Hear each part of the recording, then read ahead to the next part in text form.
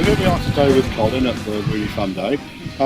Colin's got a lovely, some kind of carousel blue, is it? Right. Lovely condition. How old is the car, Colin? 55 years old. Is it really? Aye. Cool. Almost as old as me. No. And I've had it, and I've just had it a year. Have you? This one. Yeah. I've got 6 more. 6? Yeah. Have you really? Yeah. And they're all roughly the same condition as this. Yeah. You obviously collect them then. Oh God, I've been at it for about 35 years. Yeah. Are you something to do with the Owners Club? Oh yeah, the Cambridge Oxford Owners Club. Yeah. There's a chap in town, stock all our parts, you know. TG, Bramford Lane, Bramford Road. If we want something, he'll do his uttermost to try and find it, or he'll get it made. Oh, okay. To keep that's going, good. Isn't it?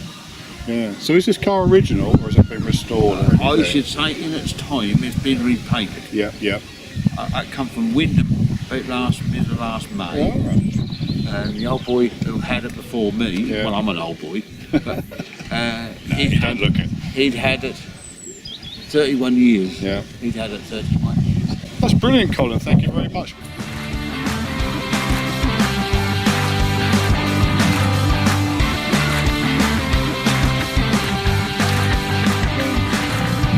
Hello, and we're here now with Paul, who's got an absolutely cracking Bath 595 on a G plate. So what is that? 60 something? It's a 69. 69. Yeah, and it's an actual genuine Bath. So it's not a homemade or whatever they want to do. Either KCN or whatever it is. No, it's a genuine Bath from Italy. I'm the third owner from new. Really? So 2 owners in Italy. Yep. First owner had it from 69 to 2007. Right. And second owner 2007 to 2015. That owner restored it, and then it did about 500 kilometres from 2007 to when I bought it 2 years ago at auction. Oh, really? But as I say, it's a genuine Bath. I've got a certificate of conformity.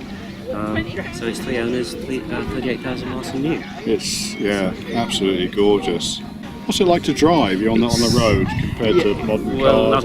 I'm lucky enough to have a few other motor cars, much quicker cars. I race an MG as well in the MG Championship. Really? Okay. But it's happy going on about 35, 40, 45, and that's about it. I mean, the brakes are something that has got some, but I think you compared to modern cars, you just when a junction coming up, let's start to use brakes. It's lovely. But it does grab a lot of attention, and it's just a big cute little car. I think. It is very cute. We've actually got one of the 595 Turismo, one of the new ones, which probably isn't considered by most people to be a 595. It kind of is. It's kind of got a bit of the Harry's, but nothing like this at all. So we've kind of got a bit of a soft spot. I think in auto animals. I think everybody lovely. something about them. So what is this? A TF or something? That's a TC. TC. Had 24 MG since I started driving way 24? back in the 70s. So I was brought up in the motor trade. Yeah. Had loads of MGs, but always wanted a TC. Yeah. And saw this one advertised. Carriages that need a market, local to us here. But having looked at it and tried it, did a little bit of research on it. It was actually a piece of MG history. Is it? It's quite a famous car.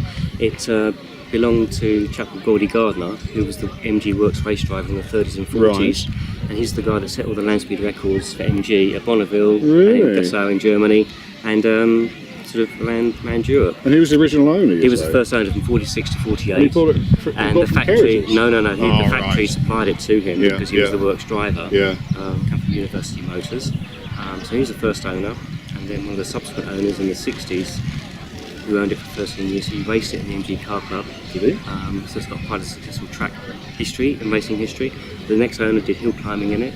So it's had an interesting life, but the fact that it was owned by this chap called Gordy Gardner. No, that's fascinating. There's a little bit of MG history. Yeah. But it's the body is the original body from 46, so Is unlike it really? a lot of it, that's not being restored. It has got fiberglass wings from its race days. I suppose in a way, if I were to replace them with metal, it would take away the history and the provenance of it because it had them on for a purpose. Yeah, understand. So that's one that really I can't restore it because I think it just take away the history and the legacy. Does it need restoring though? I mean, it doesn't. Close up, it's got a few battle scars, but that's from its race day. So pattern of age though, isn't it? I think so. I think you can only restore them once. And the originality only comes once, doesn't it? So I think it does. That's one that probably will stay as it is. It's like trigger's proven otherwise, as they say. It is, yes. 4 handles and 6 heads, yes. No, that's lovely. Thank you very much for taking the time to talk to us today.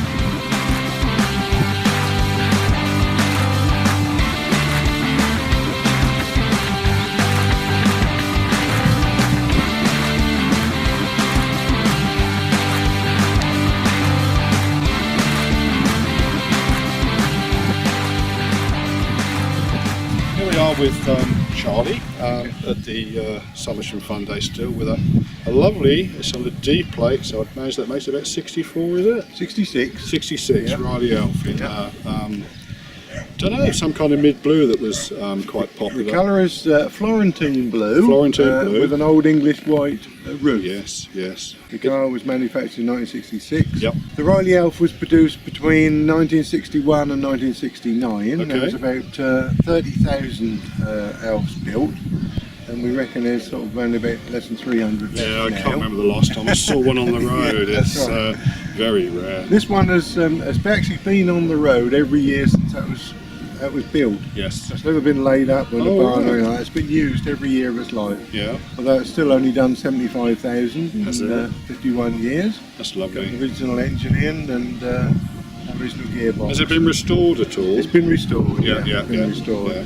I mean, minis do. I'm afraid minis do suffer with the old tin worm. So is it based on the same sort of running gear subframe Absolutely. and stuff as the Mini itself? It's got the 998 cc engine, okay. which was fitted to the minis of that particular era. Yeah. The only difference with the Alpha, it's got an extended boot at the back. Yes. So you and the front is slightly different and a little bit more superior trim inside. Yeah. You've got the full length walnut dash and leather seats. It looks a bit plusher, doesn't it? I've learned something today because I didn't know these were based on the Mini actually. Yes, they're based predominantly a Mini, which really helps when you restore because you can get most of the parts. Yes. You know. Charlie, thank you very much for your words. No problem.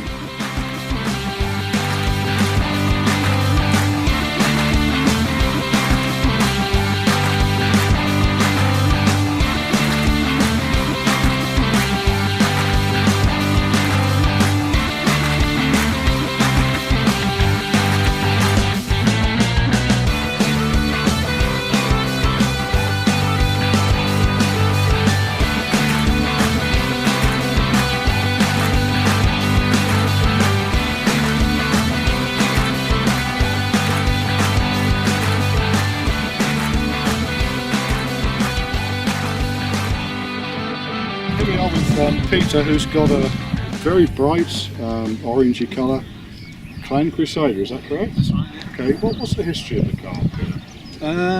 Well, the car was, I've been told, should have been a Lotus sometime. Oh, right. That's where it was all started off, as a project up there. Yeah. But apparently, Lotus decided not to proceed with it. Okay. And a couple of the engineers who worked on it brought the project and started the Clan factory in the 70s. But then unfortunately they went bust about 75. Yeah. So but they still managed to make about 315 of them. It's quite a rare car then, by the sound of it. Yeah, that's not really left now. So what's it based on then? It's fiberglass body, but It's fiberglass monocoque. it's monocoque, is it? Yeah, Okay. there's no chassis. It's all glass fiber. Interesting. And all the running gear is Hillman engine, brakes, and Okay. suspension. Yeah. So I guess it's kind of a bit like the Ginettas, Gilbans, that sort of British homemade, TVR. yeah. I mean that is a Ginetta got one that's very, very similar Yeah. to this. Thank you very much for that, Peter.